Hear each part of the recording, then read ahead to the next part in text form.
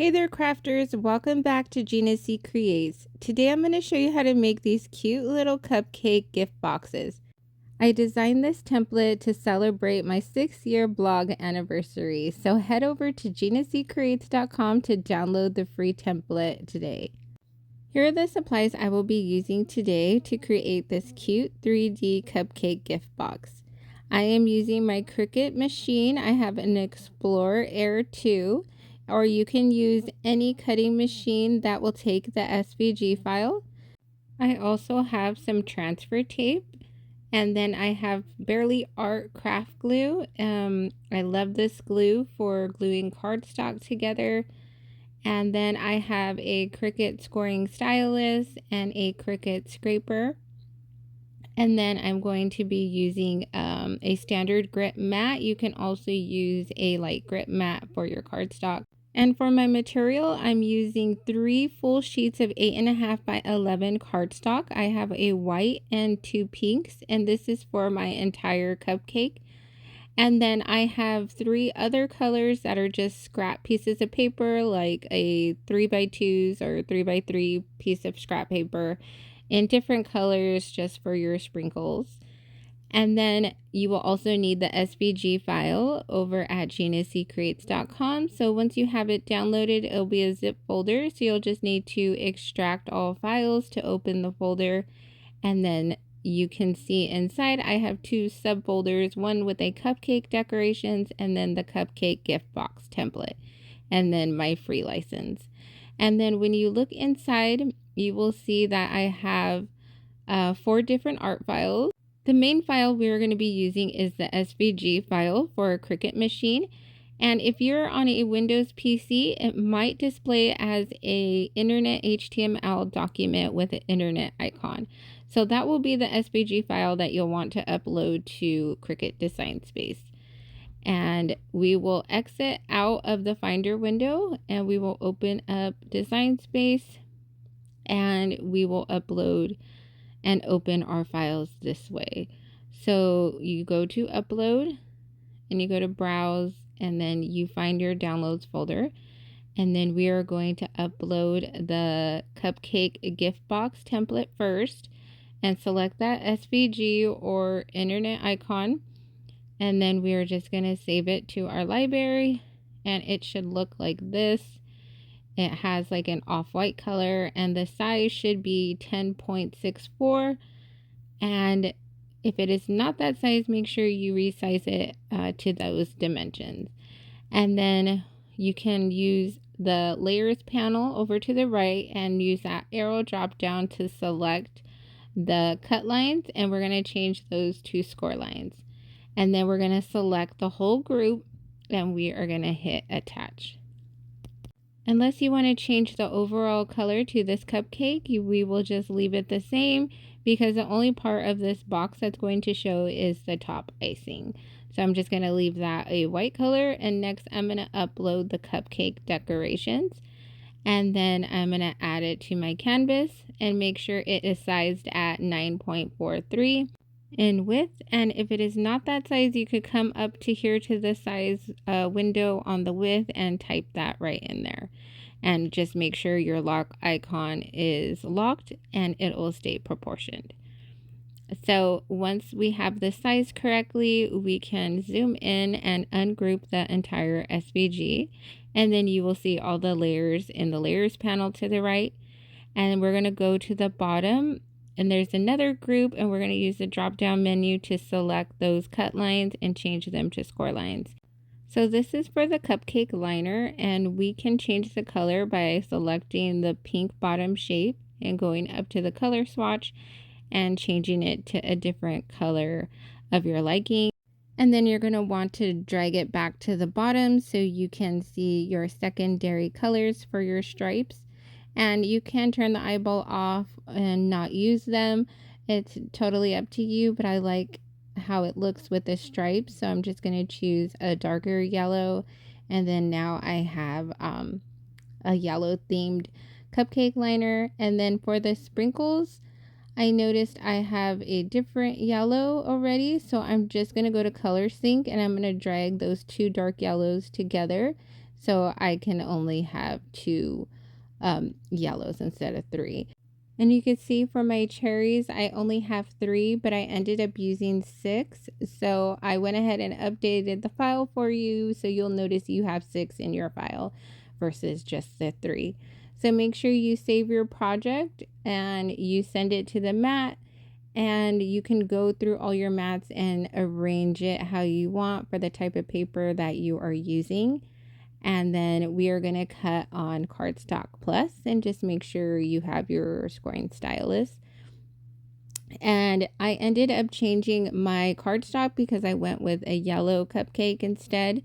And so I have my white icing layer, and then I have my 2 yellows, and then my 3 pieces of scrap paper that I'm going to use. So make sure you get that Cricut scraper and scrape your mat to clean it off, to keep it free from debris. And then you're just going to lay down your first layer of cardstock.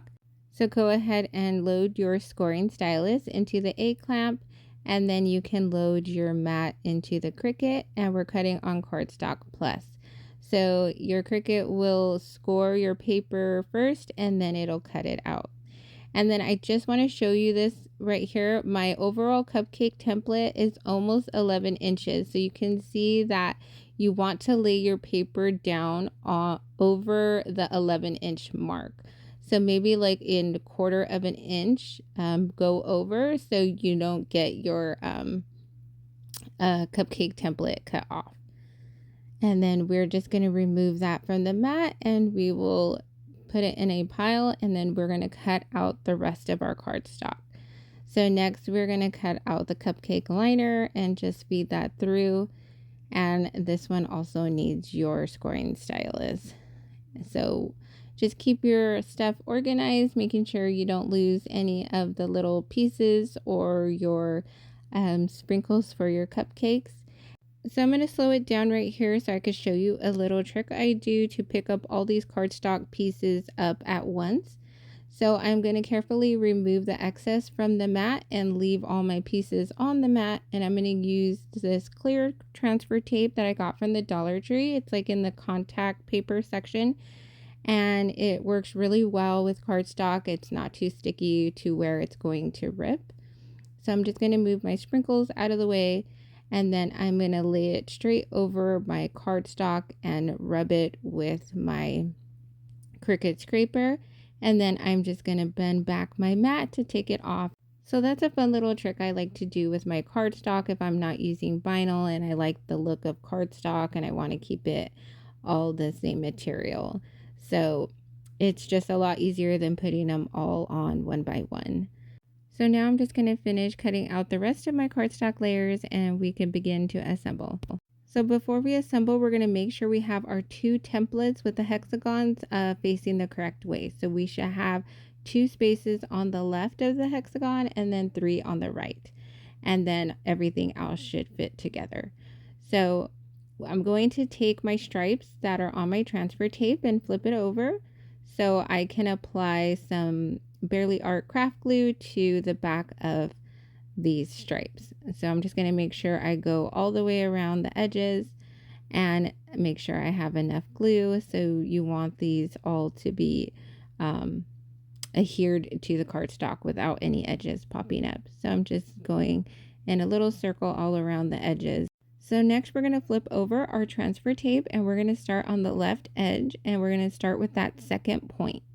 And we're just going to line it up from there, and then we can move our way down. And then we could just press it down with our Cricut scraper and make sure it's allowed enough time to dry before we remove our transfer tape. So hopefully you guys get to try out this trick with the transfer tape instead of putting them all on one by one. So next we're just going to fold over all the score lines. So I just did a little zigzag fold, and then I folded over the hexagon on the bottom. And then I'm going to unfold it and make sure they're all facing the correct way. And then you could just set that aside until we finish the rest of our box. Next, we're going to move on to the white cupcake template, and we're going to add the cherries on top. And you'll notice that there's a pattern with a mouth facing up and then one facing down. And it keeps going like that all the way around.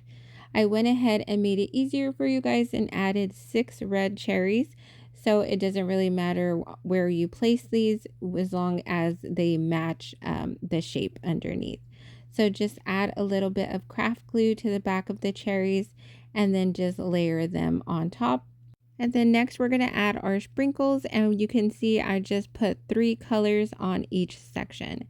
So I'm just applying dabs of glue and then I'm adding 3 sprinkles to each of the sections.